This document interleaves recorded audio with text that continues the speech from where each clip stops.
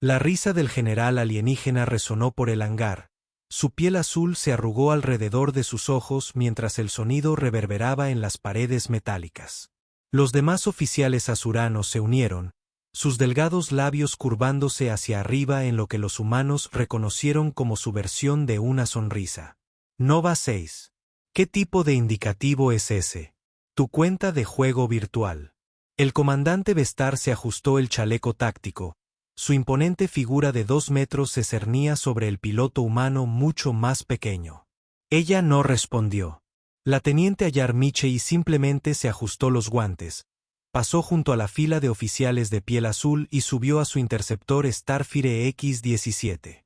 15 minutos después, su voz irrumpió en la comunicación, tranquila, precisa, quirúrgica. 2 buques enemigos neutralizados. Ejecutando patrón evasivo Delta. La plataforma de observación quedó en silencio porque el Nova 6 acababa de romper un récord de vuelo de combate que había permanecido intacto durante 20 años. Ayar Michei nunca pareció el tipo de piloto que sacudiría las estrellas. Era demasiado joven, demasiado serena, su cabello castaño siempre recogido cuidadosamente debajo de su gorra de piloto, sus ojos verdes concentrados y alertas. Con 27 años terrestres, tenía más horas de simulador que la mayoría de los capitanes registrados en tiempo espacial real. Pero nada de eso parecía importar en el puesto de avanzada Helios porque para el resto de ellos, especialmente los altos mandos azuranos, ella era solo la hija del almirante Michei, un hombre que abría esclusas de aire, pero también construía muros invisibles. Estacionado en el puesto de defensa conjunto de la Tierra, Azuran en órbita alrededor de la luna Europa de Júpiter. La habían reasignado de coordinación de inteligencia a comando de vuelo después de aprobar una serie de evaluaciones de prueba. Sus instructores habían señalado que su precisión era anormalmente instintiva, y uno incluso señaló que navega como si pudiera oír el susurro del vacío. Pero el alto mando se mostró reacio, no por su habilidad, sino porque nadie sabía de dónde provenía. Ella no había ascendido a través de los rangos de la academia tradicional, no tenía historial de combate, no hablaba abiertamente de sus calificaciones, y lo peor de todo, no alardeaba. No confiaban en el silencio, especialmente en un mundo que celebraba la bravuconería, particularmente entre los Azurans, quienes habían sido aliados renuentes de la Tierra durante solo 6 años. Su indicativo, Nova 6, no fue elegido. Se le otorgó debido a una falla temprana del simulador, donde los sistemas de su cabina fallaron y ella voló una misión perfecta sin retroalimentación de instrumentos, confiando solo en lo visual y el instinto. La mayoría lo llamó suerte. Otros se burlaron. El nombre se quedó. Para ellos, sonaba suave, como un juego. El día que le dieron autorización para realizar su primer vuelo de patrullaje real, todo estaba ya en su contra. El hangar estaba repleto de más observadores de lo habitual. Se había programado un entrenamiento conjunto para esa mañana, y un general azurano de alto rango que estaba de visita en su mundo natal estaba presente, haciendo una inspección sorpresa. El general Cranmore tenía décadas de experiencia en combate espacial y una conocida reputación de ser franco respecto a las deficiencias humanas. Cuando examinó la lista de pilotos y se detuvo en su nombre, alguien susurró que ella era la chica del almirante Michei. Eso marcó el tono. Entró en la sala de preparación con el traje de vuelo completo, uniforme verde, parches impecables, el casco metido bajo el brazo y las listas de verificación memorizadas. Los otros pilotos, una mezcla de humanos y azuranos, todos mayores y con distinguidos registros de servicio, la observaban como si no perteneciera allí, como si esto fuera un drama vacío y ella hubiera sido elegida para el papel equivocado. Cranmore levantó su voz profunda y retumbante mientras se acercaba a la formación. ¿Quién de ustedes es Nova 6? Todos se detuvieron y permanecieron erguidos. Señor, ese soy yo. La miró de arriba a abajo mientras su mano de 4 dedos ajustaba el comunicador táctico en su muñeca. Nova 6. ¿Qué es eso? Tu nombre de usuario de juego.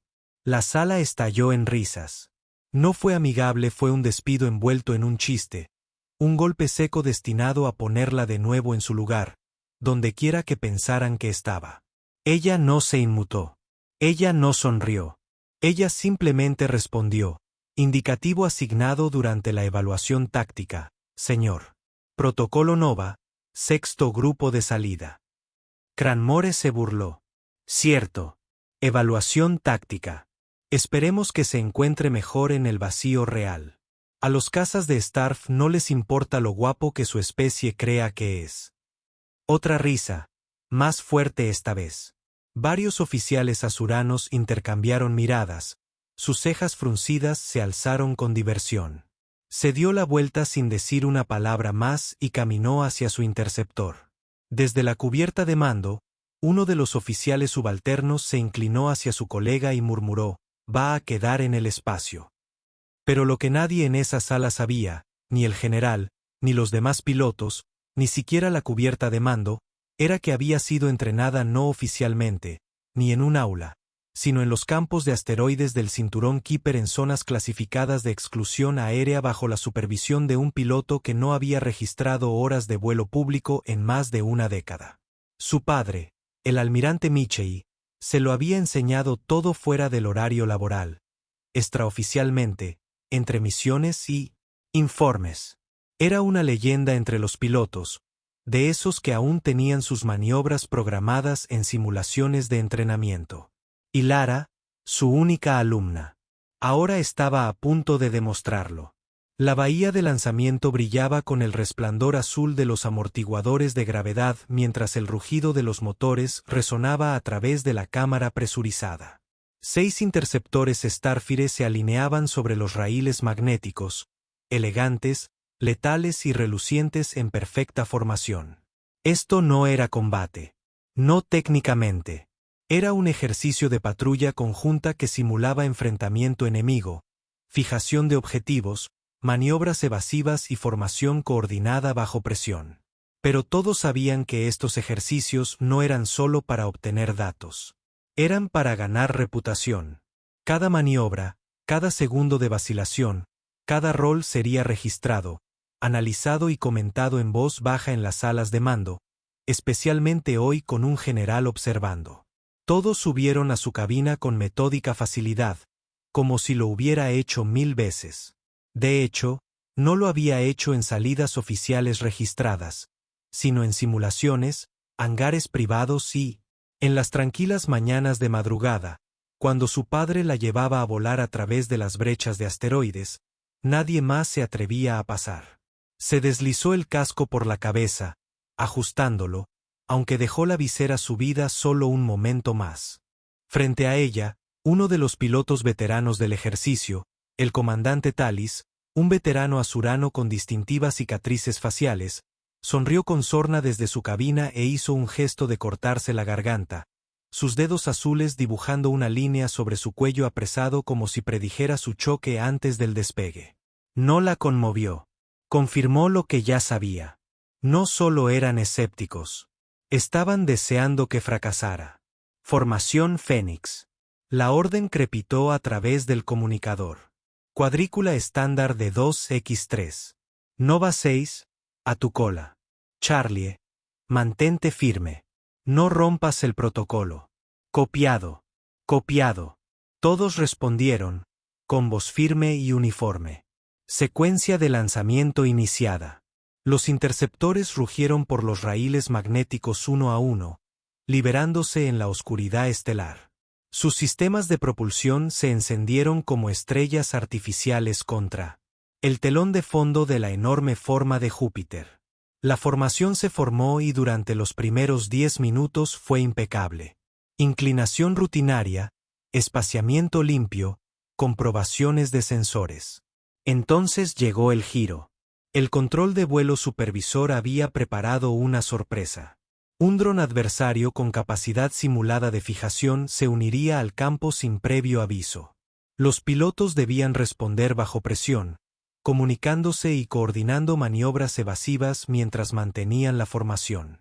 A las 11:12 hora de la estación, apareció un fantasma simulado, un AIG de alta velocidad guiado con misiles simulados y sistemas de puntería.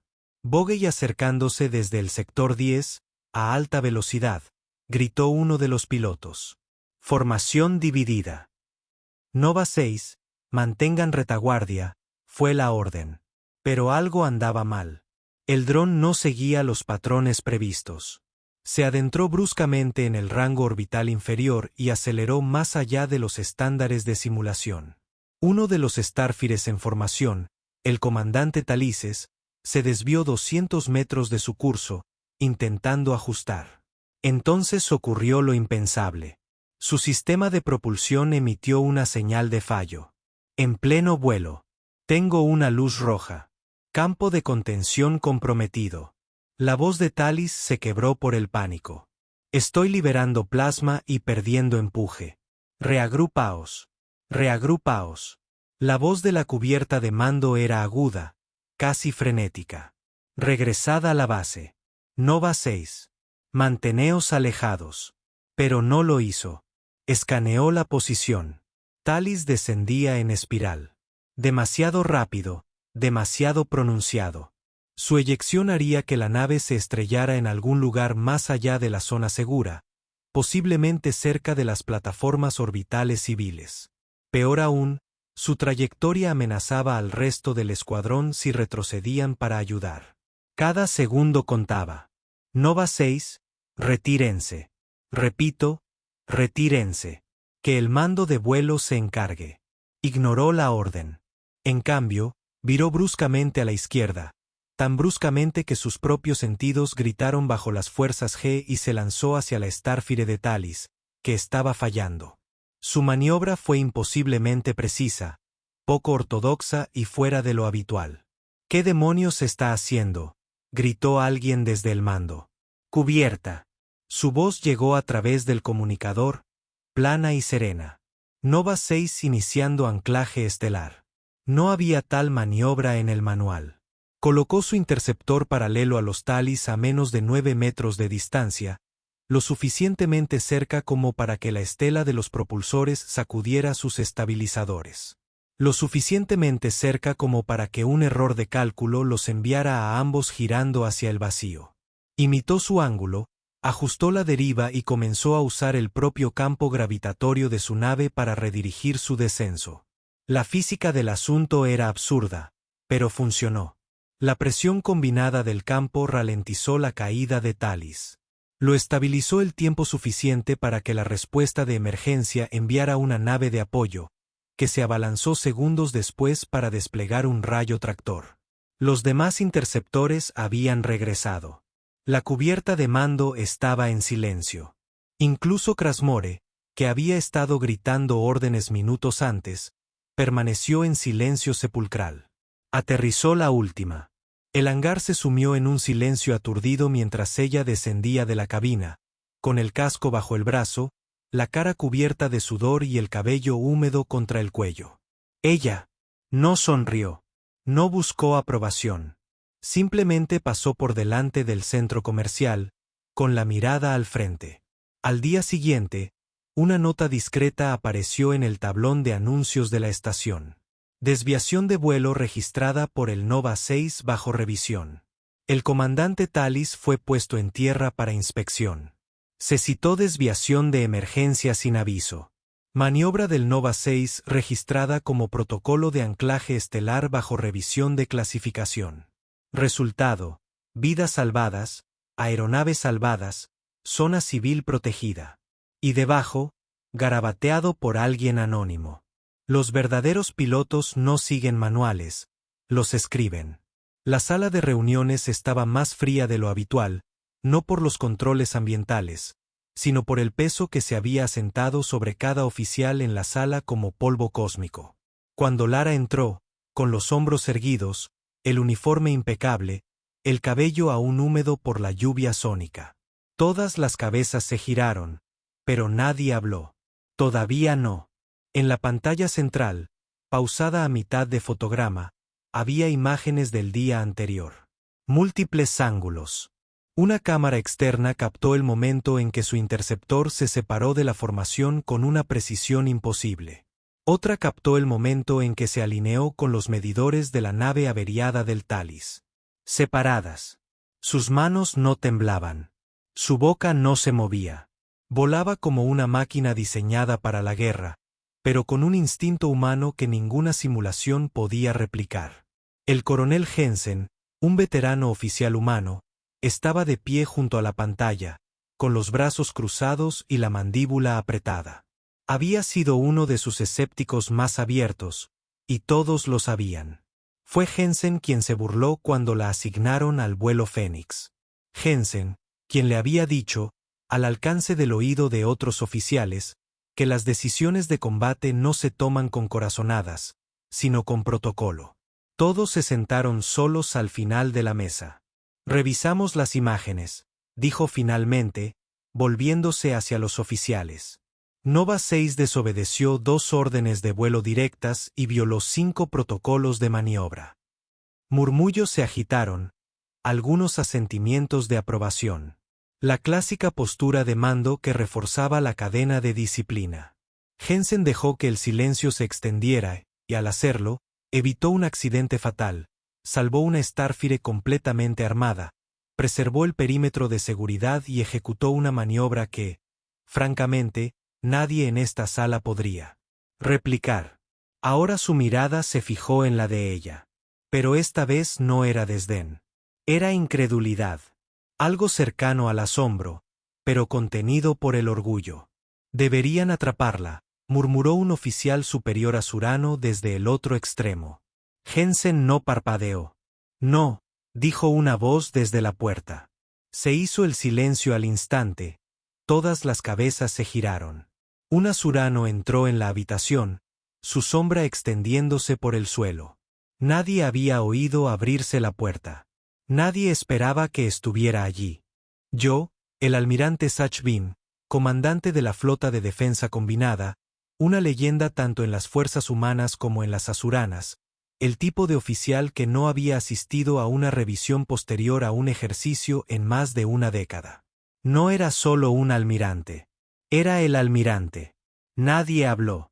Incluso Jensen se tensó ligeramente, con los brazos caídos. Sach de Ren no dijo nada al principio. Pasó lentamente junto a la pantalla, recorriendo con la mirada la grabación pausada. Luego la miró, no a ella, sino a ella. A los ojos.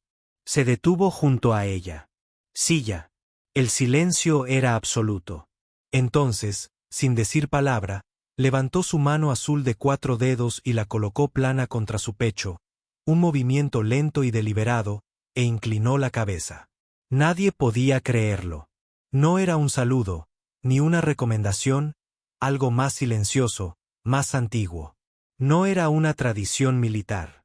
Era el antiguo gesto asurano de honor de sangre, el tipo de gesto que dan los guerreros que reconocen algo sagrado en quien tienen delante. Al permaneció inmóvil. Sus ojos brillaron levemente, pero no dijo nada. Entonces Sach se giró hacia el resto de la sala.